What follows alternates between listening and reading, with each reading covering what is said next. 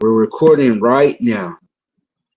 All right, everybody, welcome to the Black Bear Medicine Bag Show with your host, Blackbeard, also known as Sea Walker, and my co-host, Pedro Peter Connors Estrada. And let's jump into the first story. Let's give our proper greetings.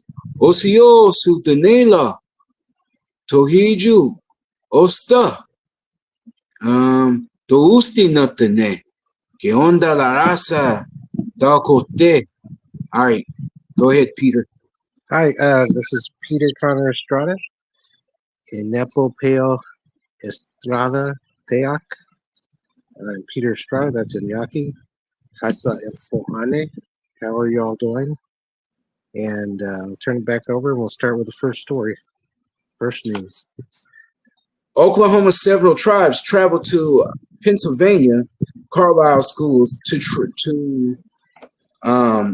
pick up remains of tribal members. Several tribes in Oklahoma will be soon traveling to Pennsylvania to collect remains of tribal members who died during a dark chapter in the U.S. history.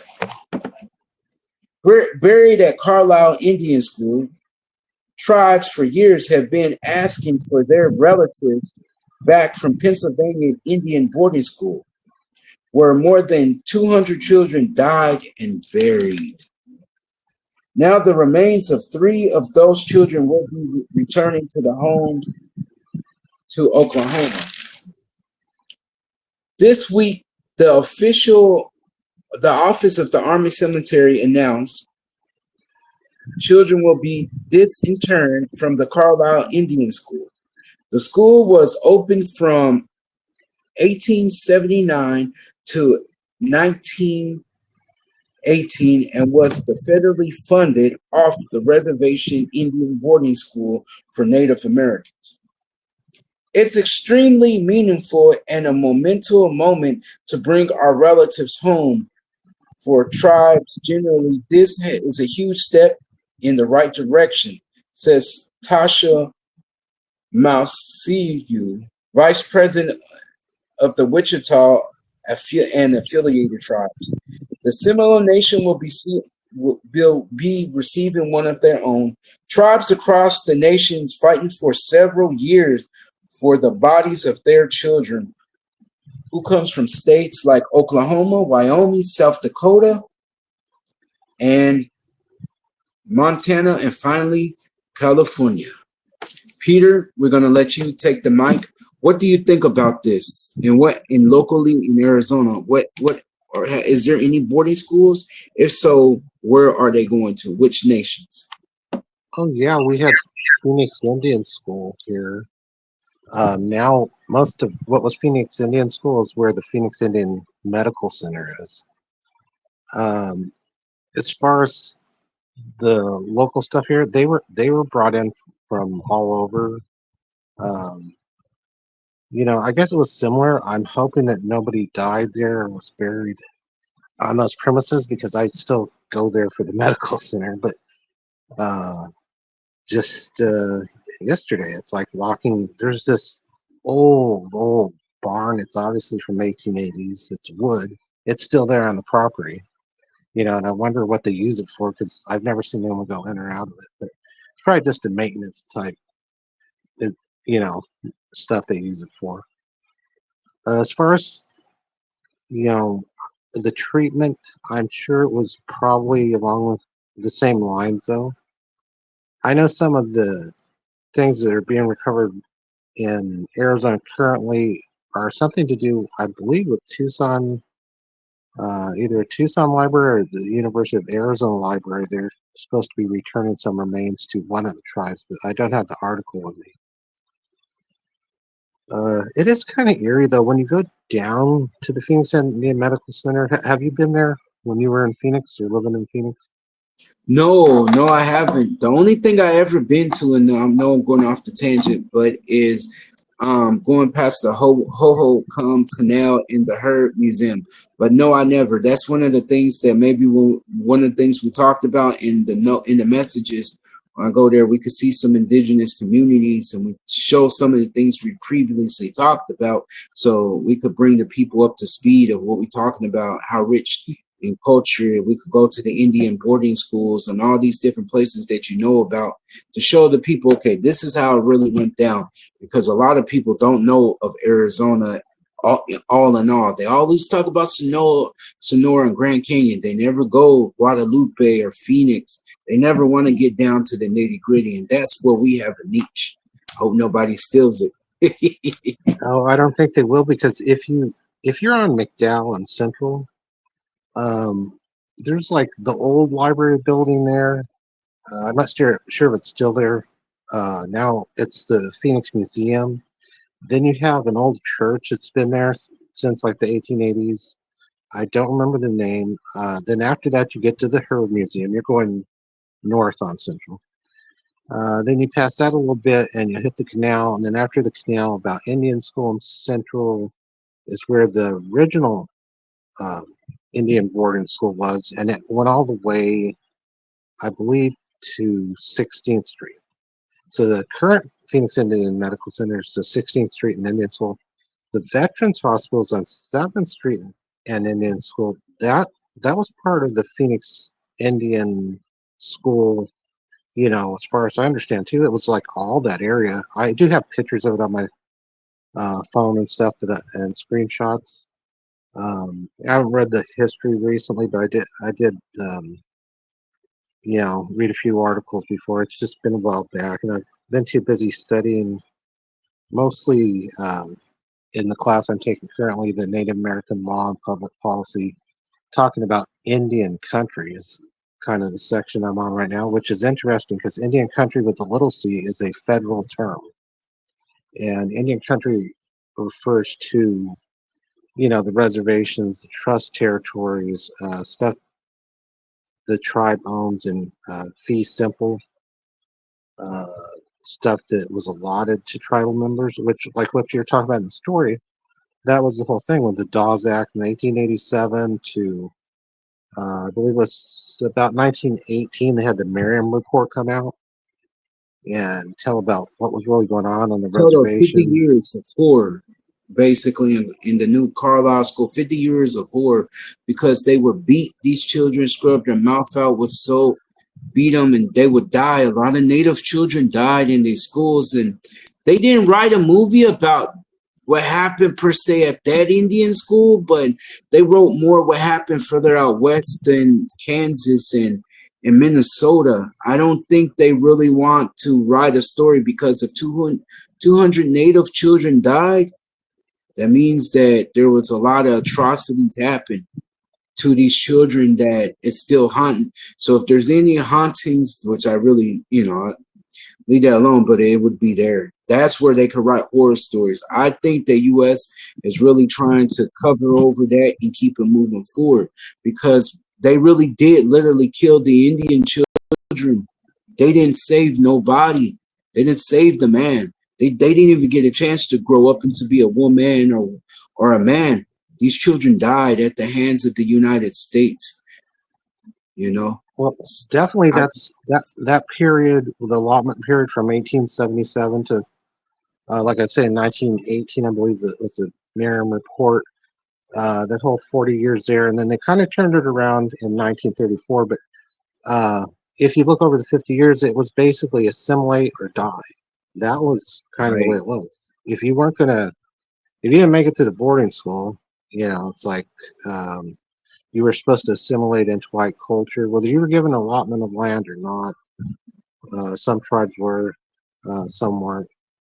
But I praise the native nations that hid their children in the mountains, up in the valleys, up in the arroyo and the canyons, because I read about a lot of native people in Canada.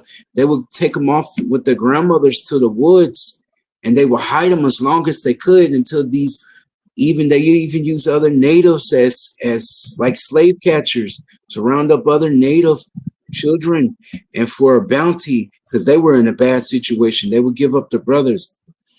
It brings a tear to oh, my eye. Like seriously, like I have children. Just to think that, you know, give me a second, y'all. definitely what you're referring to. I think my family went through kind of the same thing. That's why back during those times, you didn't say, "Hey, I'm Native American" or "I'm Indian" Right, or right. American Indian," A lot but you of didn't say it because no, the um, you didn't want your kids to be taken away. Yeah. right. Like I've never really like thought about like how this is, like how hard this would have been. Like I'm just thinking like as a father and internalizing right now, but this really would break me down if I had to send my children away, and I don't know like what could happen to them, how they were, like, and it's really deep when you think about it, like all these children that were taken away from their mother and their father, never to be heard again and to ultimately die in somebody else's hands. It really touches me as a father. And this is like, I think this is why a lot of people, they're trying to bury it in US, because there might be some of them people still around. If it's, or some of these people still profiting off of this, somebody's profiting off of this. If they did their research and their homework, they would see, like, like how hard this horror really is. And I think Well, that a lot of times this atrocity happens, to people who are not aware, and they're in a desperate, they had a lot of indigenous people at a desperate situation, like you got to do this to get this grain of rice. You had to do this because there was no internet, there was no libraries, there was nothing available at that time. They were at the mercy of the United States, yes, basically. and what I was reading the other day also is that the okay, so when they would take their child, I don't know what's going on with this phone here, but when they would take a child, the place was paid for having the student there, and the lucky ones sometimes the tribe would not whatever tribal funds they were taking to pay for the kids, which doesn't mean the tribe ever saw these. It just meant maybe the federal government had them or Congress. If you were in certain tribes, you might have run out of money after 2 or 3 years, and they would send you home. Those are the lucky kids that got to go back to Gosh, their home. But they by would go then, by back. 2 or 3 years, they were already, you know, what do you call it, brainwashed into being simulated. So when they went back to the reservation after 2 or 3 years, it's kind of like they're mostly speaking English and they Right. don't understand stuff like they 3 years ago when they left. It's kind of like because it was very tough, a very tough assimilation process, like you're saying too. Plus, they had to do all their own cooking, cleaning. They had to take care of crops. They had to take care of. I know at the the school here locally, they had to take care of farm animals, and I believe it was kind of the same as like with the Mexicans in this area. It's like don't speak your native language, only speak English. Right. You know, Yeah. It was like so that. Like my mom, I could relate with the Mexican situation. My dad would tell me, when your mom went to school, the white people were scared of them in the school administration, that they would not learn English or they would be talking about them. But nowadays, well, back then, about 20 years ago, it was the opposite. So many Latino people were coming. They had to learn Spanish. They had to convert, or else they couldn't communicate with this big wave, and no money would be made. But back when my mom was, it was the same way: speak English or get whooped. The same thing happened to Native people. We gotta understand, Chicanos face two waves. First, the wave of learning Spanish from from assimilating to the Spanish culture. Then from the Spanish culture, when they got good, they had to assimilate to the English. So it's like native people had to go through one, two phases to survive now. And I think about that too, like how we had to assimilate to be something that we're not, you know?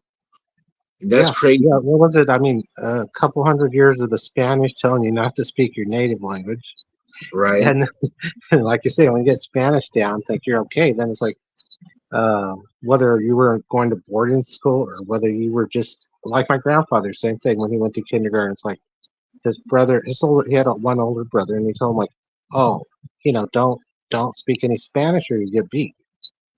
The first day of kindergarten for him, he kind of told his brother, "It's like, oh, well, you could have told me this a few years ago, like when I was three." It's like he was a smart kid, and he was like, "Why didn't you tell me and start teaching me English before I got here?"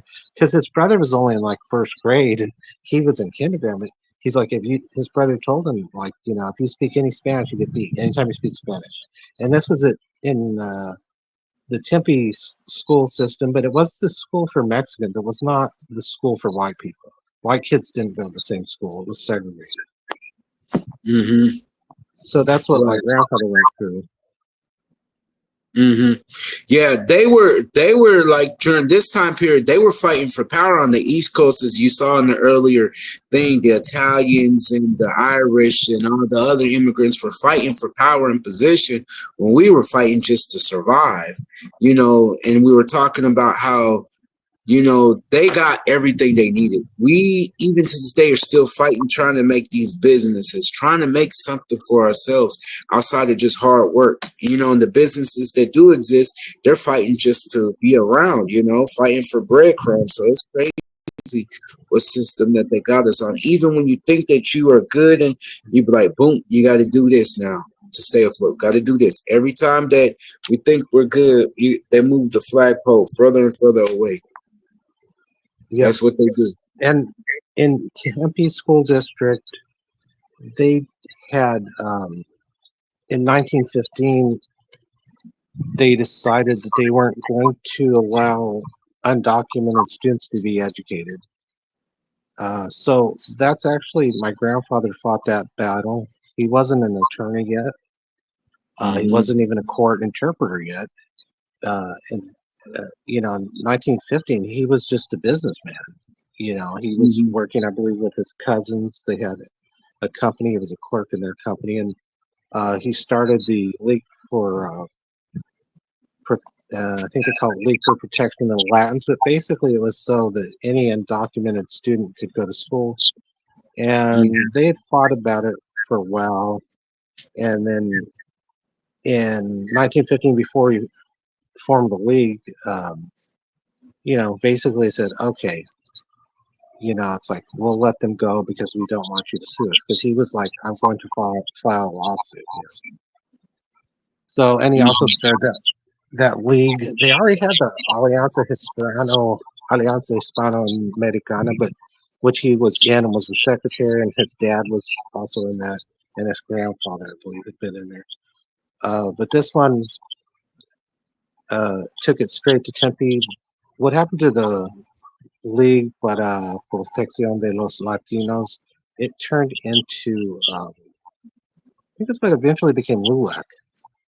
And from my grandfather started the very first lodge in Tempe, Arizona, for the reasons I was saying.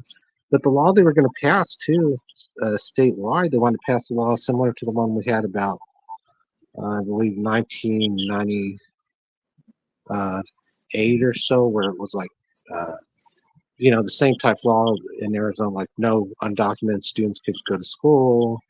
And when that didn't work around 1998 or 2000, when that didn't go through, then they passed the English only stuff. Because I was a bilingual teacher at the time when they're like, oh, we're not doing bilingual anymore. It's just going to be, English only. Then it was like ESL, then it was ELL. And it just Mm-hmm. kept changing. Um, Mm-hmm. but yeah, it's like uh, a lot of the stuff, though, it didn't just magically go away. I mean, there were fights. I remember they didn't ask me, but when I was teaching, they asked a fellow teacher of mine, to go speak on the news. And she said, um, like, well, Peter should really go. He's the one who knows all this stuff.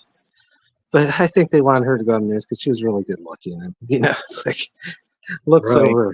Because Her she even looks could win said over in the what meeting, their agenda. yeah, because she said in the meeting, she's like, he's the one who knows this stuff. He's the one who should be going. It's like he's the one studying it. He's the one taking the classes, getting his master's of bilingual ed. You know, But yeah, so I forget which law it was in around that time. I don't remember. It was 200 or something like that. Or 201. They were trying to get through. But they were mad when that didn't go through. And like I said, then they just immediately moved to like, oh well, we'll do an English only bill. It's just like you're saying, it's a continual thing. Okay, we didn't get them to have to jump through this hoop, so let's make another hoop or raise the bar or just make it more difficult. And part of that is still the whole mentality of what I said earlier. And I read that for some of my recent class readings. It's like it's really a very much mentality of assimilate or die. You know, and Right. even if it isn't die immediately, like in the Indian schools, it's like, well, how much are you going to be held back because you don't speak the right language? How many jobs are you going to miss out on?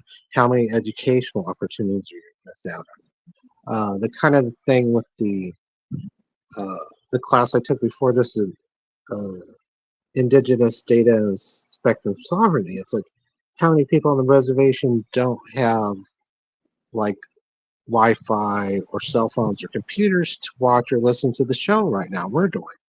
Uh, Right.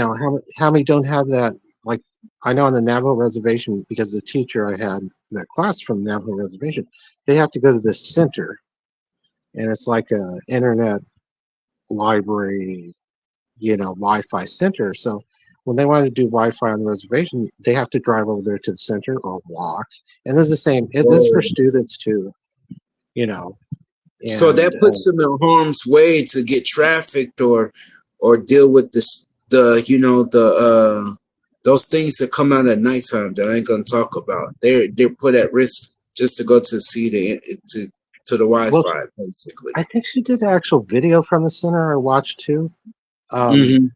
and I know, I think we talked about this a couple episodes ago. The governor in Arizona passed a thing to give some millions of dollars for the Navajo reservation to get the Wi-Fi all over the reservation.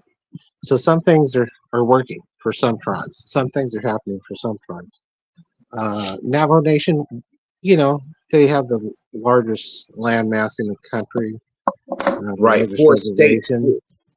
Yeah, they Yeah, have four states in the like the center. Like they got Arizona, Utah, New Mexico, and Colorado in a big old circle. So they got the largest res that's out and there. then I'm sure that she's looking at the fact that um, the election's coming up. So it's like I think she gave 8 or 900 million for them to work on their Wi-Fi system, which Mm. there's nothing wrong with that. But it's interesting. How It many comes right before Navajo the people election. are there? How many Navajo citizens is going to be voting? Uh, If you I'm don't not know, that's sure. fine. I could call them and ask them. You know me, I from a Yeah, different ways. Yeah, I'll I'm call not them and sure. find out. I know a Yeah, lot of them, as with most Native Americans, a lot are moving off the reservation, but that doesn't mean you don't still have relatives or voting rights. connections. Right, because they call absentee voters. You know, wherever you live, you're still part of the nation. You got citizenship. Just because you leave the nation doesn't mean you lose your citizenship. You just off the res native, and you connect with a lot of things like the inner city called American Indian Center that connects you with healthcare and different cultural things that go on. So you still have your identity and different things that you could do federally. And like in the state of Indiana, they have Medicaid or Medicare, yeah, Medicaid through the HIP program. So if anybody who's federally recognized and you need some health care, remember, look up the HIP program and they'll give you full Medicaid. It's the same thing if you're on like food stamps or something like that. They give you Medicaid also. So just to put that out Yeah, there and to I know that. picked up a paper. I was at the Pascal Yasi Tribal Office in Guadalupe about a month ago. I did pick up a paper too. If you're in the Pascal Yaqui tribe, but you have to be on the reservation. I don't think this applies for Guadalupe. It just applies for Tucson. Uh, Mhm. Apparently, they're working on their Wi-Fi. I don't know who's paying for it, but basically, if I was living on the reservation in Tucson, I could, call a number, set up Mm-hmm. and have free Wi-Fi on the reservation. But the Yaquis tend to be very proactive and very much ahead. They were ahead on the ID cards, on the ID cards as far as like using it for Canada, Mexico, and the U.S. It's They're called the very J Treaty. The J Treaty, they're big on. I know they would be just like the Mohawk or the Mi'kmaq. They're very big. They know about their J Treaty. Don't you catch them at the border and they don't know their J Treaty. They take that serious about crossing the border, and the United States agents honor that. Like the mother of my children, my first child, when she went across, she didn't need a passport. She just showed her tribal ID and said she's Micmac First Nation, and they let her through. They gave me yeah more questions than her. yeah.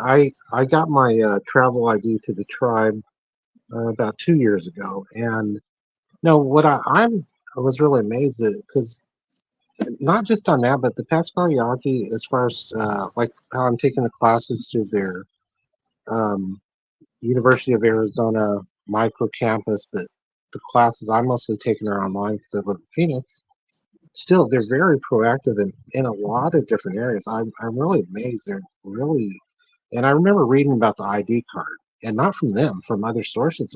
It's like they were like a lot of other tribes were coming to them saying like, okay, federal government's accepted your travel ID for your members and citizens. So it's like we want a pattern after you because basically I guess the government agencies are saying like go talk to them to other tribes like because they had it down and well they still do. Hmm. But I'm really amazed in a lot of areas they're really proactive and get That's on top good of stuff. though. That Yeah, I that would like. be good because the Toda Odom, they got members, and the Pima got members in Mexico, so they need to follow after you at the Pascua Yaqui so they can get it right to protect their members who want to come across, and they won't get swept up in any of that border type of issues. They won't have to be stuck in that border situation. Yeah, and I in some of my research as far as the genealogy and family research, I found um, and I believe it's relative. I haven't connected all yet, but Elizabeth Estrada, she in 1860 was born on the Tohono reservation, and Hmm. as far as my genealogy, I know that the first guy that in my family that married an indigenous person, that he married somebody that was from the reservation around Sells, Arizona, Hmm. which is part of that same reservation, and that would have been in the 1700s. Mm, Um, that's a long so time it's ago. so it's kind of like, yeah, the fact that there was a woman there in 1860 with the same last name and the same name that my grandfather's sister has, and my great grandfather's sister had. There were two of them there that named Elizabeth. It's like kind of makes you wonder because she actually lived on the reservation and was listed as that tribe. So, but Hmm. as well as I do, a lot of the Sonoran tribes, especially the Yaquis and the Tohono, all of them, they mix, and the Papago mix. The Papago there in Tucson by the Yaquis, and then there's Papago here that mixes Salt River, Maricopa, and these people were not oblivious to each other, and they weren't always fighting and having wars. A lot of times in springtime, it's like, okay, we're going to the Salt River so the young guys can pick a wife so they don't marry someone too interrelated. You Right, know, right. I think that all the tribes were more related than not related. I think they know that. Like that's why at times even the animosity among the Hopi and the Navajo, but they're gonna have a Hopi cousin, or they're gonna have a Navajo cousin, they're gonna have a Hopi Navajo cousin because they're so close to each other. It's not uncommon. Or the Apache and Navajo, they get along with each other at times when it comes to finding a wife. They don't want the same old thing, so they go to the next res over. yeah. You What know, what I was told too, like in that one class I took from the Yaqui tribe, the language class, when we talked about the cultural stuff, was that the Yaquis that were down there in the villages in Mexico, the that they would come in the spring, and they would come up here to Gila River or to Salt River, and they would, or the Maricopas, they would visit with the people in springtime, and they would make marriage agreements. And then, it's like you may marry somebody and take them back to Mexico, or some tribes like you marry our daughter, you stay here. You become part of us. So, yeah, Right. That's it that's is. kind of that's kind of how it kind of works. Usually, the mother, especially, I know with the Apache and the Navajo, they're very matrilineal, so they probably would want their son-in-law to stay with them. But like a Navajo woman told me, tell people you're Navajo, part Navajo, so you don't have to talk to them. You, you don't have to What talk does to she the mean? mother. Say you need your sister to talk for you. I was like, for real? She's like, Oh, yeah, that's true. oh, that's why we need to marry a Navajo woman, So you so we don't have have no to one to talk speak to for. the mother-in-law. You have your sister or your auntie or somebody on your side go before her to talk to her. That works better. But then that means your sister's going to stay at your house for a long time. Yes, yes. Yeah, I taught with a guy that he was married the first time to a Native American, and when I was teaching with him, he told me, he just recently got divorced, and he's like, "Are you Native American at all?" And I'm like, "Yeah, matter of fact, I am." And but he was talking about his wife, and she was Navajo, and he said finally they got divorced because he said he couldn't deal uh, with all the relatives living with them all the time, and uh, her spending all her time with all her relatives. And he said that was the major issue when they got divorced. And he was not Native at all, as far as I know. And I don't remember how long he said he'd been married, but Mm-hmm. Yeah.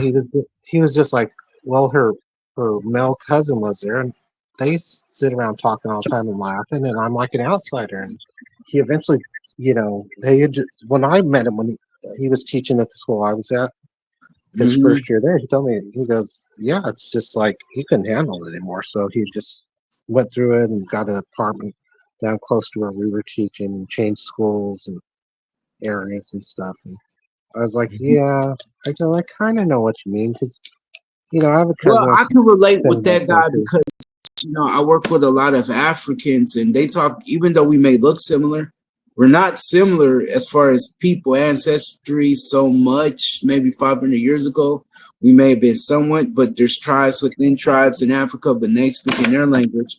And then when I deal with Mexican people, I understand somewhat of their Spanish, but still it's like an outsider still to understand the deep meaning. I think this is what they're talking about. And they ask me something, then I do tell them this back, so I could understand how it feels to be the outsider with languages if you don't understand. But you're trying to guess, so you're getting probably pretty close to what they could mean. But then if you didn't have that meaning, and then the funny thing is, since I didn't grow up with my grandmother so much outside of calling on the phone, I lost the real deep understanding of frontera, border Spanish, and finiquera, Phoenix Spanish, but I got it back from the people around me. But I know that's not how my Chicano people talk in Spanish, outside of the words that I learned from there, if that makes sense to you. So it may be the Oh, same way with him. I know what you mean. Uh, See, my dad said he tried to teach us Spanish, but it was too hard because my mom didn't speak Spanish fluently, and she didn't. Mm-hmm. She tried really hard. She took a lot of classes, but she, you know, she, she is a white Native American. She has a lot of Native American. It's very small at this point because like her 13 great grandmothers Pocahontas. But so she did take all the Spanish she could because she moved out here from Virginia to Phoenix. That's how she met Mm-hmm. my dad. Like in high school when he was playing football, she was a cheerleader, kind of thing. But um, so she really tried and took college classes and stuff. But like you said, it was just too hard because you like normally, as my mom knew too from becoming a teacher, and she got her master's and all that kind of stuff, taught college. But like she said, you're going to speak the mother's language. It's all mother speak till you're 5 or 6 years old till you go to Right. So kindergarten. So I So guess with my mom being Chicana, she spoke Spanish, but it was like the Chola until she got older. When she gets more viejita, now she's talking like Spanish, like from novelas, and she went back to her mom's way. So I was like, Mom, you're talking like my nana now. But think about it, she went from her 20s to she's like maybe 60, so she had 30 years to catch up, and learn her Spanish again. I guess if you when you get old, you go back to your old ways. So maybe growing up, because my nana was highly intelligent with language because she went to a Catholic school. You know, Catholics don't play about their education. And you're gonna learn something in Catholic school, something you're gonna learn, and they were serious about their Spanish. So my grandmother probably taught her very good Spanish. She just forgot, drug use, whatnot, but eventually well, comes. what you're saying is absolutely true. I've uh, worked in language acquisition. I taken graduate linguistics class, worked on the Yaqui dictionary. But one thing in linguistics, like you're saying exactly, is when you are older, you revert back to uh, linguistically to your linguistics from when you were from birth to 6 years old. That's something they taught us in linguistics class. I don't remember if it was ASU class or NAU graduate class, but um, so it's like you're saying, you get older and you start reverting back, and you also it's kind of like other things in your life too. Socially, they say you revert back a lot. Um, Hmm. I I know got for me, you. one thing for me too is like I'm a talker, which I've kind of told you and expressed to you because uh, if you knew all my brothers and sisters, you'd be like, oh, he's the one to go talk to because the rest of them don't talk. You know what I Got mean? you. Yeah. Got you. And I was always the kid that sat there, when the older people were talking, got them coffee, drinks, whatever, while they sit there and talk about family history and all that kind of stuff. I wasn't the kid out there playing football or baseball. I didn't have any interest in that. I was like, just sitting there and uh, listen to the older people talk, and even my dad, when he was ready to, he had pancreatic cancer. When he was ready to pass away, he told uh, the guys that were doing the paperwork, he's like, "Oh, I want him to be the executive, and he's in charge." And they're like, "Oh, is he the oldest?" He's like, "No, he's the one." You know what I mean? So Right, right, right. I was looking at this Yaki thing too that I was telling you about, the Pascal Yaki networks. Mm-hmm. It's available to any of the Pascual Yaqui tribal members in Guadalupe, Old Pascua, Tortuga, Barrio Libre, Marana, and Coolidge. And these are And all Pascua communities, right? That's in central Arizona, or are these spread other parts of Arizona? Is there any in like Flagstaff or any Payson or any no, other surrounding? these are the ones listed, and basically you get no cost installation or router if you're a member. You have to be a member of the tribe. Right, I Um, got you.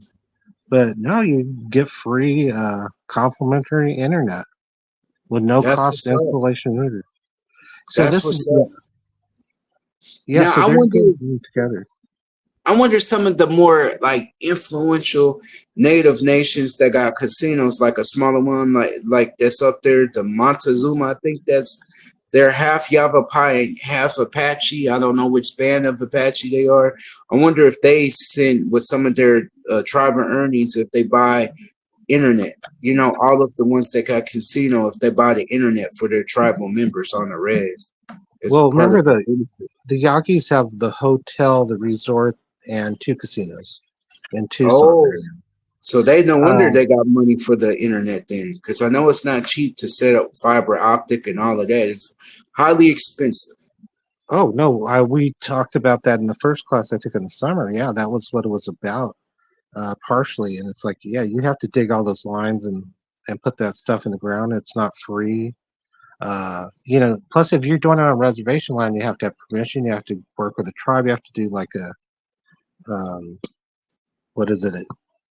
Intergovernmental agreement with your company and with the tribe. You have to have it approved by the BIA and the Department of the Whoa, Interior. There's all kinds of that's a lot of work. that's a whole bunch of work to red tape just to get some internet. And I guess, American people, we take it to granted. But then again, I guess it's the same way for Americans. You got to get approval from the city, probably from the local municipalities. It's probably no different, but it probably moves quicker for the city than it does for Oh, the it's much reservation. quicker because depending. That's the whole thing. It's in most tribes, not all, because after doing a lot of reading, they are set up differently. A lot of them. In most tribes, though, you're going to have a tribal council and a chairman, and you're going to have to take it before them. Like, can we sell you guys internet? Can we dig this? Can we dig here? Can we put a tower there? All that kind of stuff. Where it's much easier, I'm sure, to work with City of Phoenix because they're like, yeah, do it. We're going to make money off of it too. Just because Right. But even though the city's not telling you, they're getting a cut. The of federal course they government's are. getting They a got cut. to get a cut to make some money to pay themselves, pay the other employees. They got to. Some native nations, I feel like it's cool. You keep certain things we need because we got to move forward because we can't stay behind because staying behind, it does bad things. It makes us more vulnerable to the world, to the government. If we got the internet, at least we know half what's going on in the world. That was the problem with a lot of people. They had to wait to get information. If you wait to get to information, that's the strategic way of the enemy getting over. You know what I'm saying? So hopefully a lot of nations learn from their history of not being last to know. Because one of the things that I think that, like, I did one story about, were you here when I did that story about syphilis? No. Okay, one of the problems with syphilis on the Navajo Reds is they mistrust the government, which I understand. I would mistrust the pharmaceutical company, but sometimes if you got something that bad like syphilis, yeah, you might as well go ahead and take that what is this? A bacterial, antibacterial. So you take antibiotics. Yeah, there we go, right there. Uh-huh. Antibiotics. But when we were studying, there's some antibiotics already out there too that if you did run out of, you could use this. But the problem is we don't know how much dose of the indigenous medicine that we're going to need in order to fight it off, the same as you would use antibiotics synthetically. And I think that's another thing that Native nations need to invest in is their own laboratories for medicinal plants. Going Well, back do to the you old. remember? I don't know if you're familiar with like what they did with the black guys with the syphilis in some of those southern states. Oh, they The what horrible they did stuff they was did. horrible. Yeah, it was Yeah, called the Tuskegee Project, right? And some soldiers, airmen were involved. They let certain groups of black people go all so on for the just so they could study. They had penicillin, but they rather see, okay, how bad can this go on? yeah. Well, Yeah, it's just like what, and then they talk about what the Nazis did over there. It's like they did the same thing here to the blacks in the South. And yeah, yeah, that's what they did. The I read. Tuskegee Project was there, and actually Tuskegee was an indigenous name. You know that of a Muskogee warrior, I guess. It had something. Yeah, it was indigenous. Tuskegee is an indigenous name, just to let people know Yeah, about that. oh, I knew that. Yeah, I don't remember what all articles I've seen over the years, but or like what they did with the women. It's like the whole Margaret Sanger and the whole abortion thing was so that they could do abortions on pregnant black women and they could sterilize them. That's how it all What started you out. know? What believe it or not, it was black natives and Hispanics. All they were trying to depopulate all types of indigenous, darker indigenous, brown indigenous, any indigenous people. They were trying to get rid of from the southeast to the southwest. The natives who stayed down in Mississippi, they were burning us. They was hanging us to the point where we had to leave the south and we lost connection already. Okay, so some of the native people were pushed to Oklahoma. Others had treaties to stay. The ones who had treaties to stay, they were hung. So a lot of them went north, and that's where a lot you see in the Midwest. Then a lot of them who remained south started to adopt the idea of you got to have a certain amount of native blood. So that's why a lot of black indigenous lost their connection because they couldn't prove through documentation because of Walter Plecker that was like one drop of Negro, you're black. and you're not native no more. So that took a lot of things away. So in the southeast is the same way as in the southwest. A lot of documents have been lost due Yeah, to because they multiple. didn't want them to be able to have a right to any land or reservation, right? Right, basically. And that's what they're fighting in Oklahoma to Mississippi, all the way Virginia, is proving that even though they were black, they still had native ancestry and they have the right. Some have won. The Cherokee Nation, they won. The Seminole Nation won. They won in Muskogee, but they're trying to overturn that. The only ones who still remain is the Chickasaw and the Choctaw. Choctaw says they both will, and Chickasaw, they'll have a council, but it's not moving forward. So yeah, and actually there's a separate federally recognized band of Creek Freemen that I sent you that wanted you know, but there's actually a council of freemen that have pushed forward to help the Seminoles and the Cherokees. Now they're focused on the Chickasaw and Choctaw, but the problem is they don't stick together and push as hard as the Cherokee Freemen. Cherokee Freemen started this 140 years ago. That's the difference. They started a long time ago. But Yeah, I know. everybody started a long time ago in court, but they kept on pushing. The Cherokee Freemen kept on pushing because they knew they had the paperwork. It was just the tribe kept pushing it back and never voting it. But one chief, Bill Baker, decided I ain't gonna fight it no more. I want to be on the right side. And Chief Hoskins, he said, "Hey, I could get famous off of this. I'm gonna put the Freeman back in. I'm gonna do the right thing." He was for the Freeman, and he's famous because he did do that. He did something different. Under his legacy, he could have that under his thing, one right thing he did do.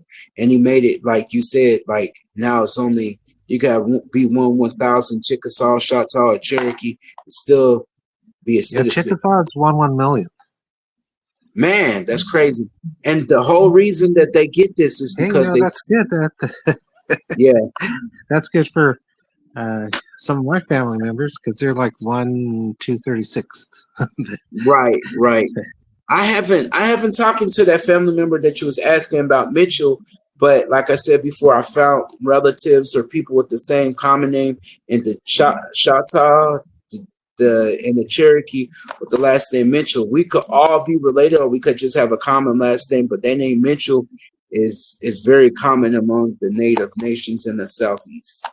So yeah, that's the correlation in between the Southwest and the Southeast, is that a lot of the blacks, even Snoop Dogg, did you know Snoop Dogg is native?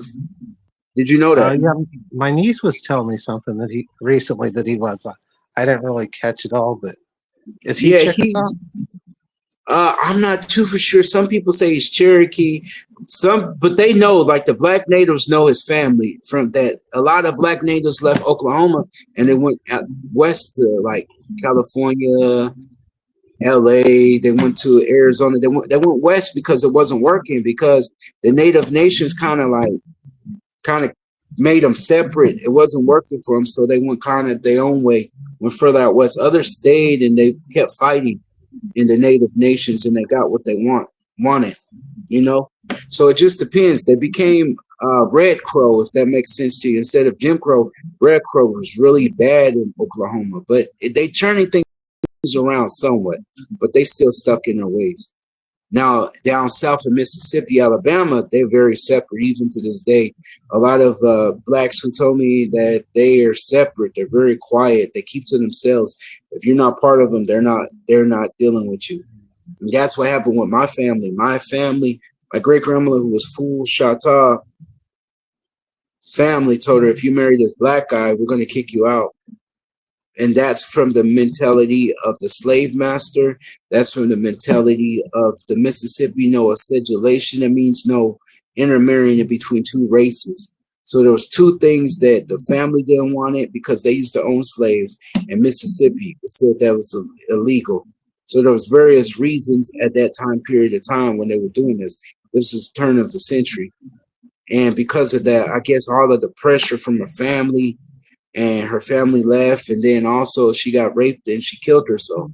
I'm thinking there's a lot of things that made her feel that way. And then on top of that, My grandfather went to prison.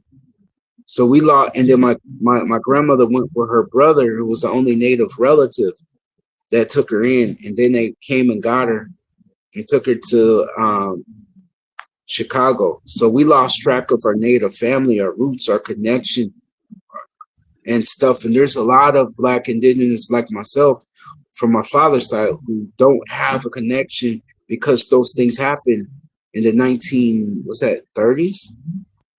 Uh, yeah, it's probably around that time. Like I was saying, that Merriam reported 1918 was a big thing. That's when they started. Like in 1926, they actually gave citizenship to Native Americans, and then Mm-hmm. 1934 they did the let's see, was the IRA, the where they wanted to restore the tribal governments. So they're trying to Mm-hmm. make up for that previous 50 years we're talking about. Where Well, they one of were. the beautiful things that, well, I don't even know if it's beautiful. One of the things, well, descendants of the Choctaw who stayed in Mississippi were allowed to become citizens of the United States, or the citizens or residents of the state of Mississippi, which made them subject to the laws of Mississippi. If you know anything about Mississippi, it's one of the worst states to be a person of color, Black, Native, anything. They are very harsh. They're probably worse than Texas. In between Texas, Hangum, or Mississippi, I think I do better in Texas. Maybe not. They're probably Texas and Mississippi are probably the worst states to be a person of color and deal with that system that exists. But Texas may be more lenient, but Mississippi is still burning to this day. Oh yeah, that's what, as you mentioned too. You mentioned that earlier.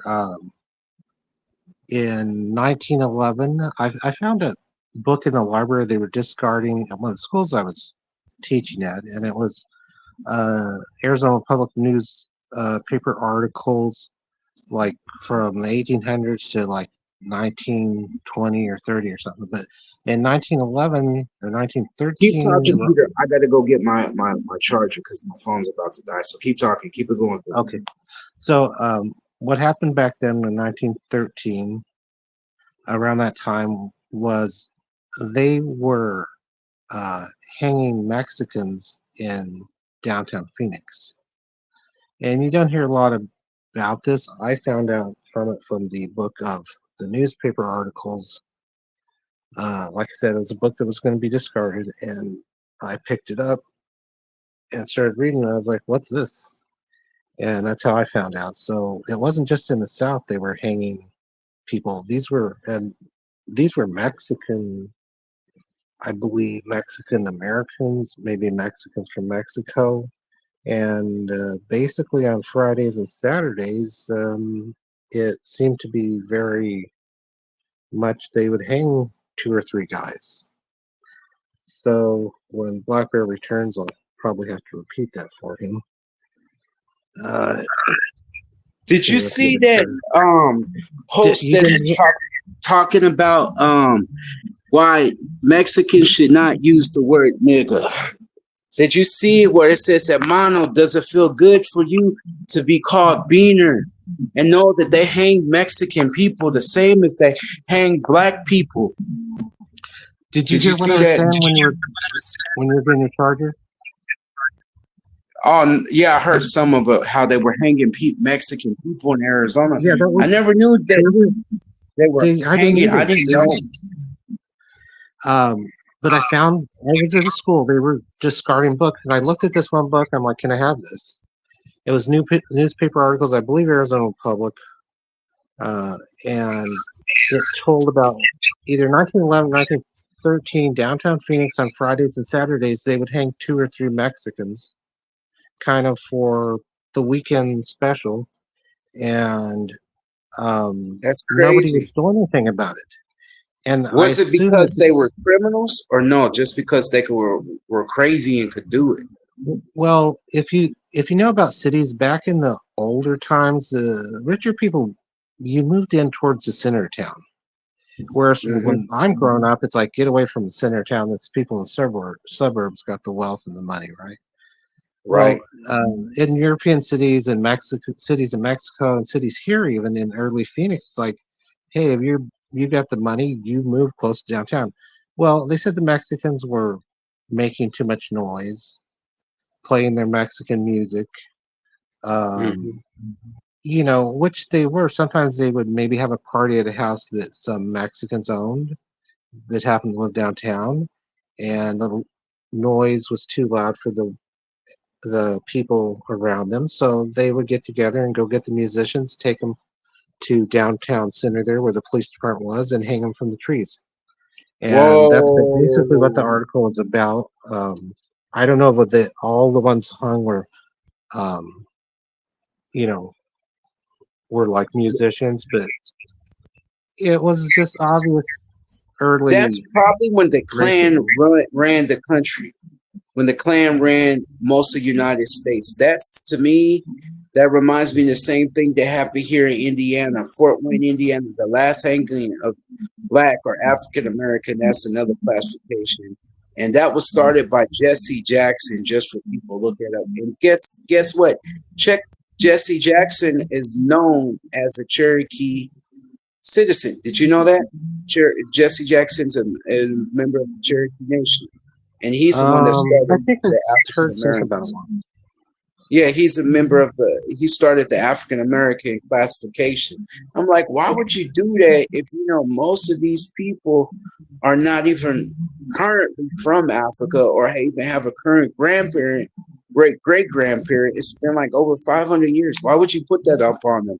But he did do that, and they fell for it because they don't know or like you know how like we our people talked about who we were. I was fortunate to learn from the Black indigenous side and the Mexican because I guess I was the person made to in turn to keep this knowledge of my family to go on and maybe to do the show and whatnot in the future. Maybe that's what it was meant for us to keep these things going. But a lot of Black folks and Mexican folks, I realize they only trying to make money and survive from day to day. It's all they can really worry about, if that makes sense, is daily living. That's all they got, nothing else, if that makes Yeah, sense to you. well, what I was mentioning about those articles too is at the time we're talking about if it was somewhere between 9/11, 1911, 1913. I'm just going from memory, but remember Arizona became a state in 1912. Right. So I think 1913 might be the actual year where it was going on a lot. The chief of police was Mexican, I believe, at that time still, and Whoa. um, and then in Tempe, at that time, my great grandfather was the constable in Tempe. But when he was a deputy sheriff for Maricopa County for Tempe first, and then he was elected constable in 1910 for Maricopa County Constable for Tempe. Uh, but part of his job was, it's like the sun, what they call it, sun downtown. It's Right. You like, got to be out of town, but before the sun hits the thing, or else you could go to jail or get hung for both, I yeah, guess, so blacks, Mexicans, and natives. Anybody, a person of color, be out of town. Like that's why we don't go outside of Marion County. Like even to this day, we stay out because police will pull you over and harass you. What you doing over here? And don't you not? Do you have no tags? And now they got a reason to is harass you. that Even to this day, is that in Indiana? You mean? yeah, even to this day, racism is real. If you're in a small little town, they're gonna pull you over. You better hope it's the state trooper and not one of them county sheriffs or one of their police. You still got problems. This country's still the same. It's just played a little Yeah. different. They still Yeah. gonna What? get you in court. Go ahead. So yeah, like when my great grandfather at sundown, he needed. There was one black guy that was a blacksmith. I believe he worked either for Carl Hayden or for the uh, or Samuel Brown's family. Which Samuel Brown was, he was actually town marshal one time. He married a Mexican woman. He had a son who uh, became like a deputy sheriff too, and then after him was my great grandfather. But no, it was like Tempe was separated. He had to make sure that the Mexicans were in their section. He had to make sure the Yaquis were off of First Street down there west of the railroad by sundown. He had to make sure all the Mexicans were in their part, which actually the part now that well, ASU and all that college, over that way in university, that was on the Mexican town, and then the white town was more like between Ash and a little east of Mill, but not too far.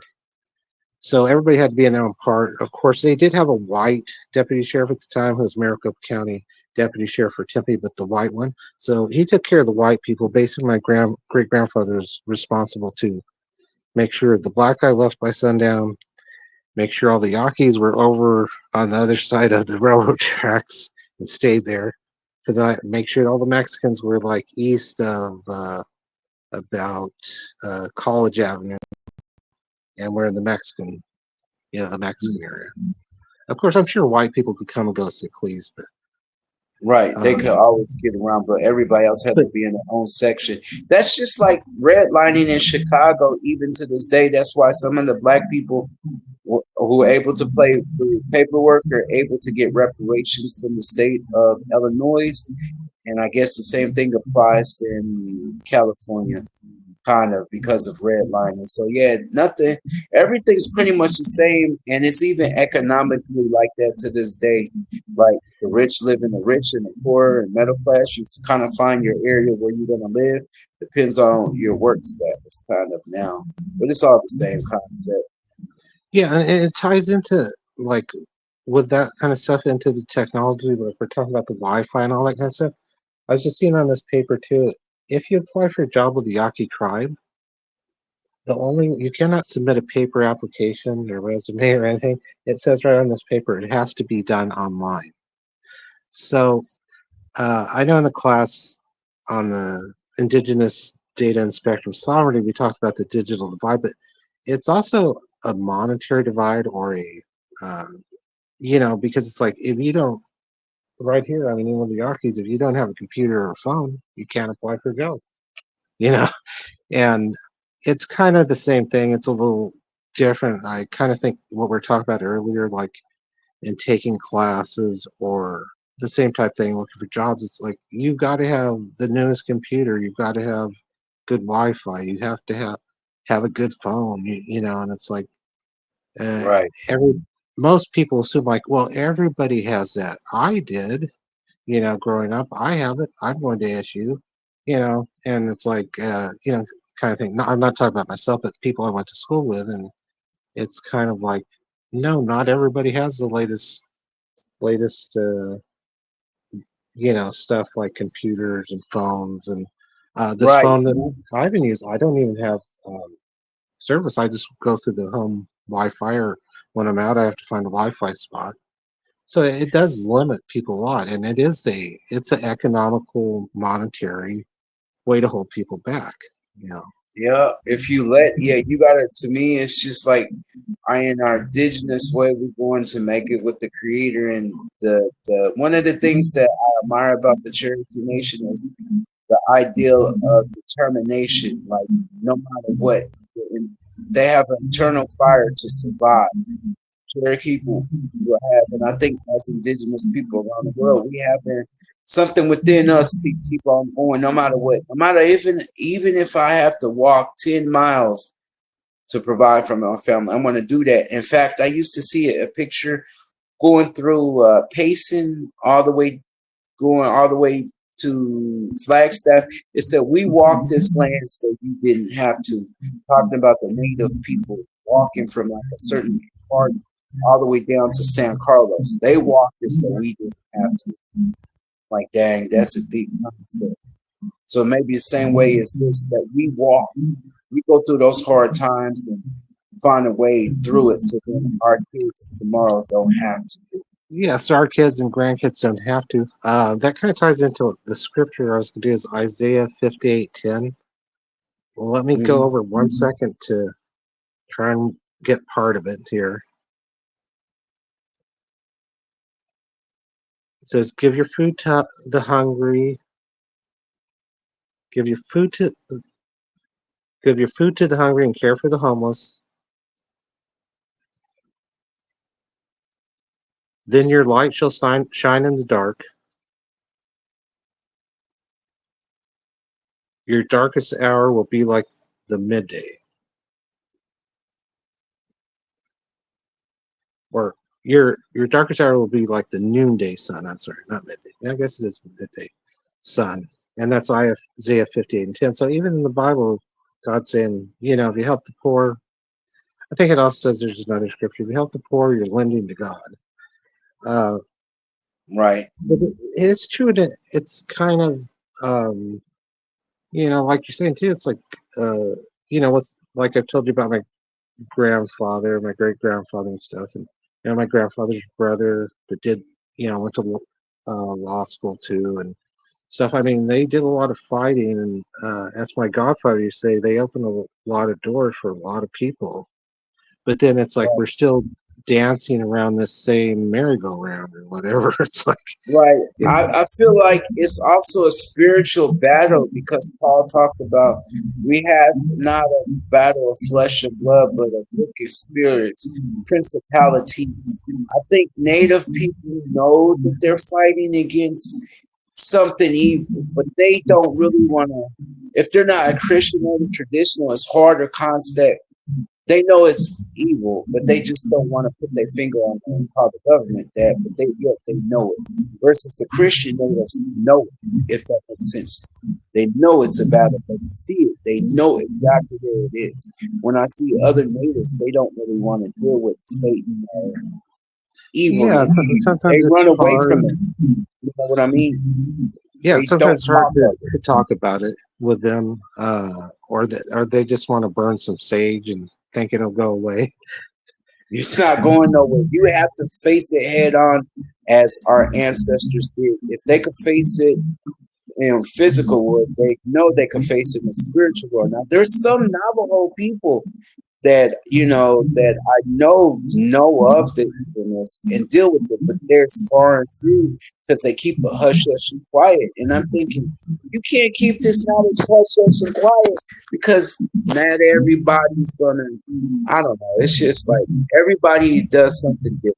If that makes sense to you, everybody's on a different path, and I just hope bro, you get what you need to be where you want to be and help a lot of people. Because if you're a native prosecutor, that's one way of protecting and getting at people, But then also you got to think like the lives you impact. But if you are a person offended, you could probably help more. But then again, you may still be in the same deck of cards. So you kind of got to be, weigh your options out. Whatever you do, I wish you the best. And I hope you could drop in from time to time and do the show whenever you can because you're a great asset to me. And I greatly appreciate your time, your knowledge of Arizona that I couldn't bring because I don't live out there. But yet you live out there, you know the history, you know the Pasqua people, and I'm glad that I got somebody from the Fed tribe that a lot of Black indigenous people couldn't connect with on this level that I've realized because they're still trying to go figure out who they are, where they're from, and even if they do know, they're like, well, I know how to sit down and talk to everybody because I kind of come from both worlds, if that makes sense to you. From my mom's side, I come from that world. From my dad's side, I come from that world. So I'm like a bridge. I feel like I'm glad that I built this bridge, and I hope this bridge is never burnt down, and I can keep going forward. And I can bring more Native people onto here, and they could go somewhere and push it further than what I can. That's the whole thing about us coming together is building, keep on building, so we could build a better tomorrow for all Native people. No matter black, white, red, brown, white, Native, no matter. We could build something that's greater than what we got in place. Well, So thank you. best wishes to you. Yeah, thank you. And I kind of feel the same. I think both of us. It's like with you and I together, and I will try and do, as many shows as I can until, once we get in December, so I'll be back on more often. But um, that's the thing too. It's like I always just thought like, oh, Oh, you You know know, what? I almost forgot. Let's cover the medicine. The whole reason I'm here for. We forgot about. I got four of them real quick that we can go okay, through. that's what I was mentioning the sage for. Oh, I didn't even. We need to get more in sync. Black cohosh, which covers menstruation, menopause symptoms, menstrual cramps, and premenstrual cramps, arthritis. American ginseng. This is really good. You might want to go pick this up. It covers type 2 diabetes, immune system, common cold, reduces inflammation, um, cancer, fatigue, impotence, mental performance, brain boost function, cardiovascular, cognizance, increases in energy, inhibitor of cancer growth, lowers cancer risk, memory, menopause, stress, ADHD, flu, prevention, high blood pressure, prevents obesity. That one right there is called American ginseng. Not the Chinese, they're American ginseng. They're locals. And then I'm gonna say this probably YERBA, which is I think it's Yerba Santa, which treats colds or respiratory. And the last one is Rattlesnake Master, that's used to treat rattlesnake bites, fevers, headaches, stuff.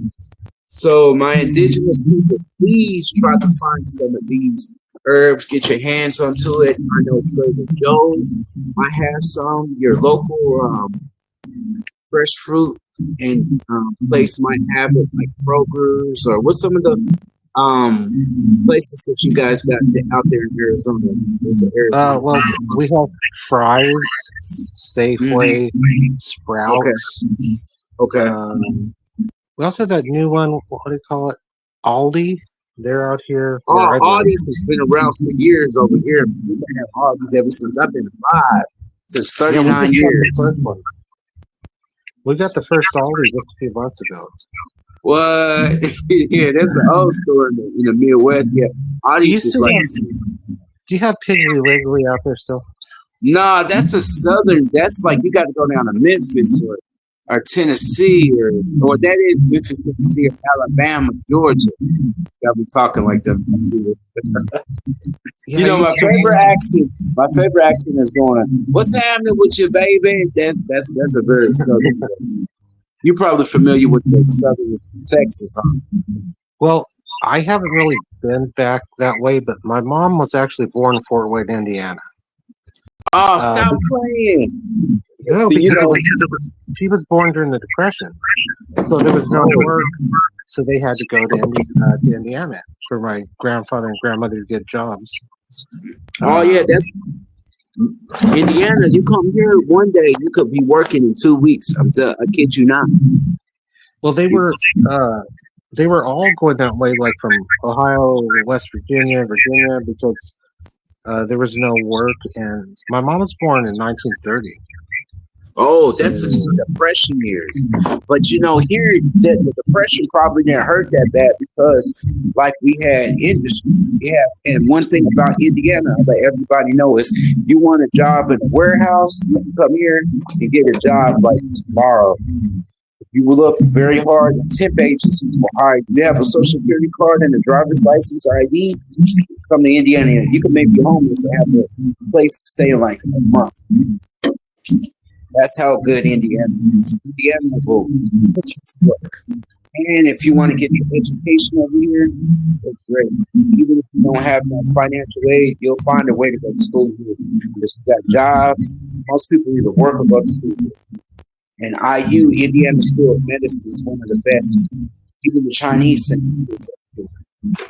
that was a thing too. I don't know. I mentioned before is with my mom. I know in the family they always talked about being indigenous, and my grandfather was like, his family is Mohawk, and your grandmother is Oneida. Oneida. Oneida.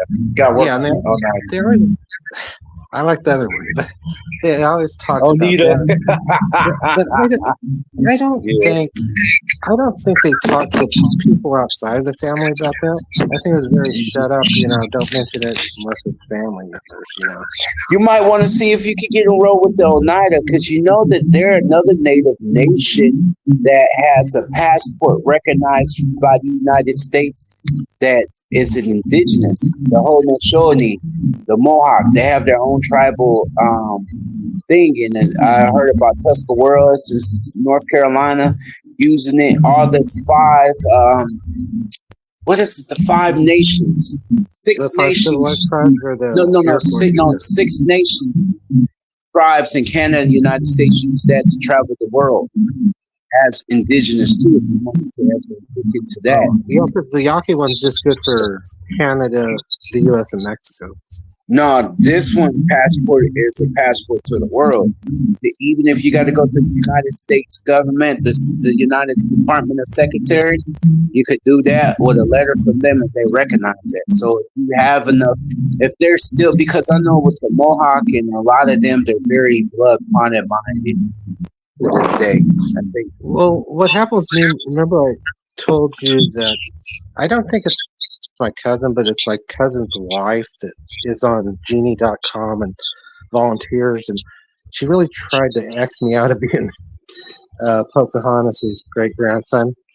Well, by her doing that, I actually have from my grandfather and grandmother on my mom's side and my great grandparents. There's actually five direct bloodlines, all that go back to Pocahontas's father, Pocahontas's dad's brother, Ippesaw, and to Kocoum, the you know The war that's chief. his son.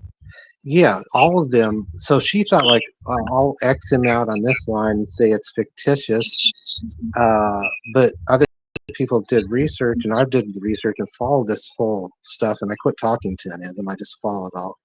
But so there's actually five direct bloodlines to this, and to what is it?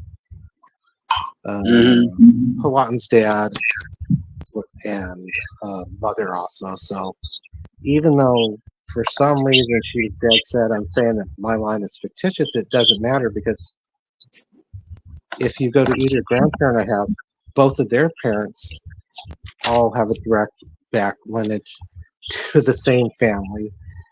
So Right. I figured like if the paw monkeys ever get recognized as a tribe, then I might apply. The Pamunkeys are recognized now. Chris Are they? Brown is a member of the Pamunkey tribe. Yeah, they're fairly recognized now. You might want to Oh, look into that. Yeah, the Pamunkeys been recognized for a little while. because I know just verbally, my grandfather always said, that he was Mohawk, but and he Mm-hmm. would say that his wife, my grandmother, was what do you say, Oneida? Oneida, yeah, Oneida. That's the proper way that they call themselves. But that's in the English language. Every native nation, has their own name. Like the Yeah. Mohawks are people of the Flint, so they call themselves Cus. I don't know. There's a place called in Canada I went close to. It's called Kanawagi, and so I'm Uh-huh. thinking like it's another name very close to that they call themselves. The Mohawks of outside of Montreal are probably something like the people of the Flint. Yeah, I So yeah. remember when my grandfather told me this too. I would always say, like, raise my hand and be like, excuse me, you said we're pure Irish and that we're from the O'Connors. And it's like, oh, Yeah. yeah, but, we got some Mohawk. you know. So I Now there were believe, Mohawks that came in that region of Ohio also. That Ohio, Indiana, Illinois during the Beaver Wars and like pushed people back and they made another smaller tribe. I'm trying to think of that smaller tribe that they made that comes from them. It's a smaller group that was it's either Shawnee or something else. I can't really think of them. But it's an offshoot of the Mohawk because they also were in Ohio and Indiana, and I can't even think of it. Is it like and Mohican is it? Mohican is its own Algonquian nation. I'm trying to remember it's what it was. right. Yeah. Yeah, because he didn't say we're Mohegan. He said we're Mohawk. You know, Okay, so yeah, Mohawkers from New York State, Canada, Quebec, Ontario region. Everybody yeah, got their own little. we have some cousins too, and well, I even have a great grandfather's name is John Kennedy, Cannady, and Mm-hmm. they're from Canada, and um, it's like just the resemblance, like from him to me, and also to John Candy, like the actor. I think there might be a like a line there too, or something, and uh, because they shortened Canada or Kennedy to Candy. But I got the one that's like my third great grandfather is John Cannaday, according to the paperwork back then. But then by the time he had a grandson, it was just Candy, you know. So and then there's an but they're like I know that particular line there. The woman is uh, she was what was her last name? Viar, but there it mm-hmm. was actually the man came from France or whatever, and they came, like I think during the French Indian War, so around or before that. So it's like, so there's a little French mix in there or Mixture, whatever. right? So let me Yeah. ask you this. So we could get out maybe now you can collaborate 10, 15 minutes. What qualifies an individual to be what qualifies someone to classify as Native American? Who could classify nowadays as Native?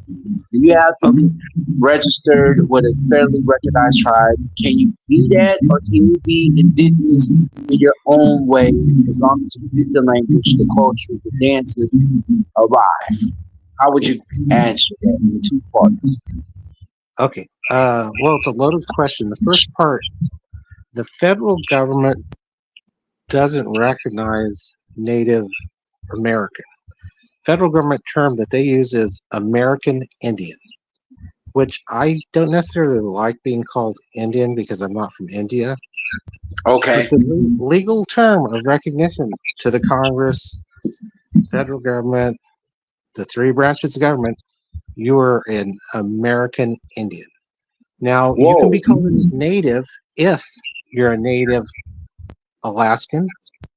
Okay. You can be called a native if you're a native Hawaiian. Okay. Now, the lands that the tribes own, like I was saying earlier, they're considered Indian country legally. Okay, But now there's what is Indian country for our viewers out there? I want you to give a real definition and not some well, made up term on the internet. no, I'm not making any of this up. This is stuff I've been reading, but No, for no, the no. tribe, but For a specific there's group of two. people. Well, there's two different Indian countries. Okay. Indian country with the little c is the government term which refers to your trust territories, your reservations. Um, Land owned by the tribe can become Indian country, whereas Indian country with two capital letters, capital I and capital C, is more a reference to like, oh, you're in Indian country. So that's just like meaning that there's reservations around here, or people, maybe people without land, people that don't Oh, have a really? reservation, but maybe this tribe in California doesn't have any land, but they all seem to live over in this area. That would be also be able to be considered Indian country, but that's Whoa, not I didn't that's not the federal government approval. If you want to got you. be under the federal government stuff, the U.S. government, you are Indian country, capital I, lowercase c. Got you. And so most of us generally, from what I've researched and read in class and looked up, it's like we want to be called Native American or called, like Yaqui or Pasquale Yaqui Tribe of Arizona or Yaqui Maya or Apache or Navajo, on the Southwest. Mm-hmm. Or like you were talking about earlier, my cousin Carlos, the one he's actually on his mom's side, he's from that Yavapai Apache reservation, the one you were talking about the with the casino. Right. He's The got Montezuma Casino that's way up in the mountain or something like that. Like I remember being up in the mountain, stopping on that. Does the Greyhound still stop there? No, did they stop going to Fort Grant? Rez, I think this is. Oh yeah, they used to have those 1 day rides you could take too and go gamble and stuff like that. Right. It's like we would pass through there in the Greyhound. We would stop, but not there. I wanted to stop there, but nah, they stopped like right off the area, let you Oh, look. It's, before COVID, we had you could catch a bus like for a day or whatever, and they would take you to the casino. Sometimes stay 8 hours, 10 hours, and they bring you back. right. And most of these buses, these were coach nice buses, and they usually had pickups. They would pick up pretty close to your house, and all you What? did was go for the day. And you know, realistically, if I never took them, but if I would have taken them, I wouldn't have gambled. I would have went and ate the buffet or something. But you know, Got you. You think you uh, would have got like over there with my ex girlfriend who was from the Saginaw Reds? They gave you $25 just to be nice and get you in there. Like anybody could get at the Eagle Casino on the Saginaw Reds in Michigan. You got $25 to play to get you in. Did they give you anything free? the only one I ever did take was when I was at U of A living at the dorms in the summer. I did take one to the Yaqui Reservation. It wasn't a big bus, but it was a nice little coach, like whatever you call it, tram type thing. Um, I just did it one night at the casino. I think I might have thrown like around $20 in the, like the slot machines or so, because it Mm-hmm. was like Friday night anyway. But I was on too tight of a budget, and I was taking the Yaqui graduate Yaqui language class and working on the Yaqui dictionary that summer. But no, these other ones, I don't know if they gave you free stuff. I think you could take. We used to have those for what's the place in Arizona that has the water? It's kind of like right by California, Arizona. It's up northwest. Havasupai, Uh, that or it's like a casino area. I guess Colorado River, yeah. You're crossing that Colorado River, and then that side is Yulo. like Nevada or something, or it's legal Yeah, gambling in Arizona. Yeah, yeah. you'd be able to take a very nice bus up there, like for the day or for the weekend, and they would give you booklets like all these coupons, just like a whole coupon booklet, like a free buffet, $25, like you're saying, to Mm-hmm. gamble at the poker tables, or $25 for the slots. Man, that's something. I Um, go anywhere like that, save some money, man. You gotta go. You gotta travel where it's free. But did you know? You probably know, bro. There's a res over there on the Colorado River that has a mixture of Hopi, Apache, and Navajo. They just trying to get rid of a whole bunch of natives, so they threw them on that side, on the Arizona and Colorado side yeah, the of the river. Colorado River Yeah, Indian tribe, the Creek. yeah. Yeah, They mixed a whole bunch of native nations. That's not even their territory. They just threw them over there. yeah, I found out about them because I was looking up the guy, which I assume might be my great grandfather's brother. I'm not Mm-hmm. sure if he is or not, but he lived over there, like in La Laguna, which is like I guess that's somewhere off of the Colorado River, but that's where those tribes are located. Mm-hmm. So yeah, that's how I found out about them. I signed up for their newsletter and stuff, and like, Mm-hmm. but I was mostly doing family research. I don't know if this particular man really is related or not, kind of the dates and stuff fit, but I wasn't able to verify if it's like either, I think it would be my great great, I think my great great grandfather, or no, his great grandfather's brother, but Oh, what's the name of the company that you use again? And then maybe you can send that and post it on the Black Bear Medicine Bag Show. What's the name of the company that you mostly use that's free for people who are oh, on a tight budget? well, I think the best way to start if you're doing the family research genealogy, start with the free one out of Utah, the Salt Lake City, the one ran by the Mormon Church, the LDS, I think it is Latter Day Saints. Yeah. Mm-hmm. I was kind of reluctant at first, but it's really a good website. I think it's the best place to start. Then Now, later, if you want to like get your blood test, you probably have to go over to like ancestry.com, which is Yes, free. I've tried. I actually feel like I know a lot of some Black indigenous 2% or zero. They don't like it, but to me, it matched on the Arizona side. I was matching with a lot of Mexican and indigenous people. One of the people was from the Yavapai tribe. I said, "How are we related?" He saw my last name. It was like my grandmother's last name was. I didn't want to tell him that's from my dad's side. Now I need to know you're Mexican. How are we more related? Because that Yavapai nation may be related to me. If you know what I'm saying, like Well, and because it's kind of like did you do ancestry DNA? I did do ancestry. Did I come up on your list or did my cousin Carlos? I don't know how I think Carlos popped up some type of strange way. You know Yeah, what I'm Carlos saying?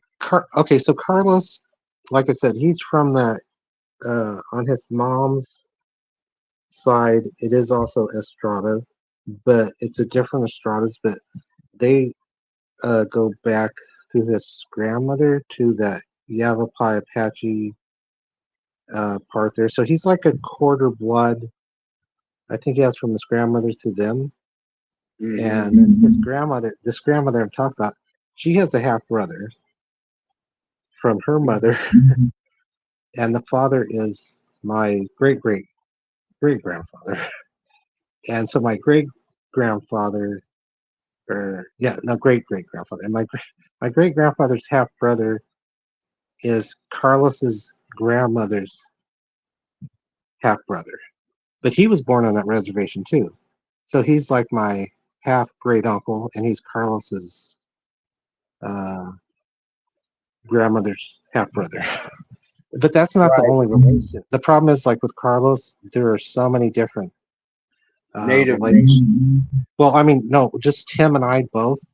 There's so many different connections. See, because everybody married each other anyway, and it's like that's on my grandmother's, my my dad's mother's side. My dad's father's side, my grandfather is Carlos's grandfather. So Carlos's dad is my, I'll just say half uncle just to make it easier to understand. So, but then it's like even Carlos's grandmother on his dad's side, and on my dad's side, Carlos's grandmother is also a cousin to my great grandma. They're all intermarried and intermixed, and all these people are usually part native. I know I came up 1 to 2% Cameroon, Congo, and other Bantu tribes when I got my first ancestry DNA, and I was like, that was interesting. It's definitely on my dad's side, you know, and I came up what is it, 1 to 2%